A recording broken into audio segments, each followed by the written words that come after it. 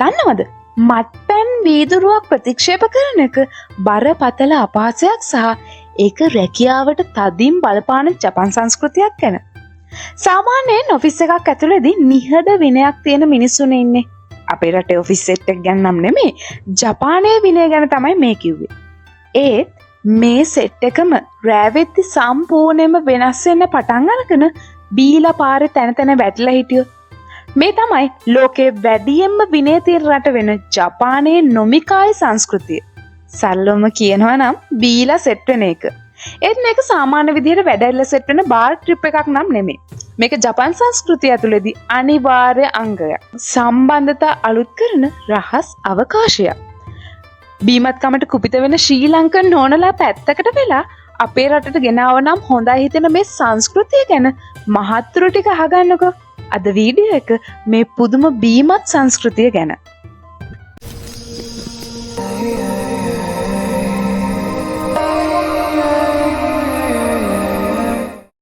නොමිකායි කියන්නේ මොකක්ද? නොමිකායි කියන්නේ නොමු කියන්නේ බීම සහ කායි කියන්නේ එකතු වීම යන වචන දෙකේ එකතුව. වැඩ ටික ඉවර වුණාම කෝවර්කර්ස්ලා ලොක්කො එකතු වෙලා ඉසාකාය කියන ජපන් විලාසිතාවේ පබ් එකකට යන සිරිතට. අමුතු දෙයක් වගේ වුණත් බොන එක නරකයි කියලා තර්ක කරත් මෙයාලා මේක කරන්න හේතුවක් ඇතුව. මූලිකම අරමුණ තමයි වැඩ කරන තැන ස්ට්‍රෙස් එක අඩු කරගන්න එක. ජපන් භාෂාවෙන් මේකට කියන්නේ නොමිනික්ලේෂන් කියලා. ඒ කියන්නේ බීමත්කම හරහා කරන sannivedanaya. ඇයි මේක මෙච්චර වැදගත්? මොකද ඔෆිස් එකේදී කියන්න බැරි දේවල් ලොක්කා එක්ක තියෙන සම්බන්ධය වැඩි දියුණු කරගන්න ඕන හැම දෙයක්ම සිද්ධ වෙන්නේ මෙතනදී. රැකියාව උසස් වීම වගේ වැදගත් දේවල් පවා මේ අවිධිමත් විදිහට තීරණය වෙන්න පුළුවන්. ඒක නිසා තමයි නොමිකායි මෙච්චර වැදගත් වෙන්නේ. නොමිකායි රීති. නොමිකායි කියන්නේ බීමත් සතුටක් වුණත් මේක ඇතුලේ තද බල නීති පද්ධතියක් තියෙනවා. අංක 1 කම්පායි. ඔයාට හදිස්සි වුණාට බීගෙන යන්න නම් බෑ. හැමෝටම බීම ලැබෙනකම් බලාගෙන ඉන්න ඕනේ. ඊට පස්සේ වැඩිමල්ම කෙනා හරි ලොක්කා හරි කම්පායි කියලා ටෝස්ට් එකක් දෙනවා. ඊට කලින් නම් බොන්න විදිහක් නැහැ. අංක 2 වීදුරුව පුරවන සිරිත. කිසිම වෙලාවක තමන්ගේ වීදුරුව තනියම පුරව ගන්න බෑ. ඔයා තමයි අනිත් අයගේ වීදුරු පුරවන්න ඕනේ. විශේෂයෙන්ම තමන්ගේ ඉහළ නිලධාරීන්ගේ වීදුරු පුරවන එක පහළ නිලධාරීන්ගේ වගකීමක්. මේක ගෞරවයේ සලකුණක්. අංක 3 අසුන් ගැනීම. ඔෆිස් එකේ දුරාවලියට අනුව තමයි වාඩි වෙන්නේ. ලොක්කා ඉන්නේ දොරෙන් දුරම කෙළවරේ වාඩි වෙලා. පහළම කෙනා ඉන්නේ දොර ළඟම වෙන්න වාඩි වෙලා. අංක 4 බීමත්කම නිදහස. මේක තමයි අමුතුම දේ. නොමිකායකේදී හොඳටම බීමත් වීම සමාජය පිළිගන්නවා. මේ වෙලාවේ ඔයා මොනා කිව්වා කරත් ඊළඟ දවසේ ඔෆිස් එකේදී ඒක ගණන් ගන්නෙ නැහැ. ඒක නිදහසක්. මේක නිසා තමයි හිතේ තියෙන ඕන කුණු ගොඩක් නිදහසේ කියන්න අවස්ථාවක් ලැබෙන්නේ. නොමිකායි එක එක තැනින් ඉවර වෙන්නේ නැහැ. මේක කොටස් 3කට බෙදෙනවා.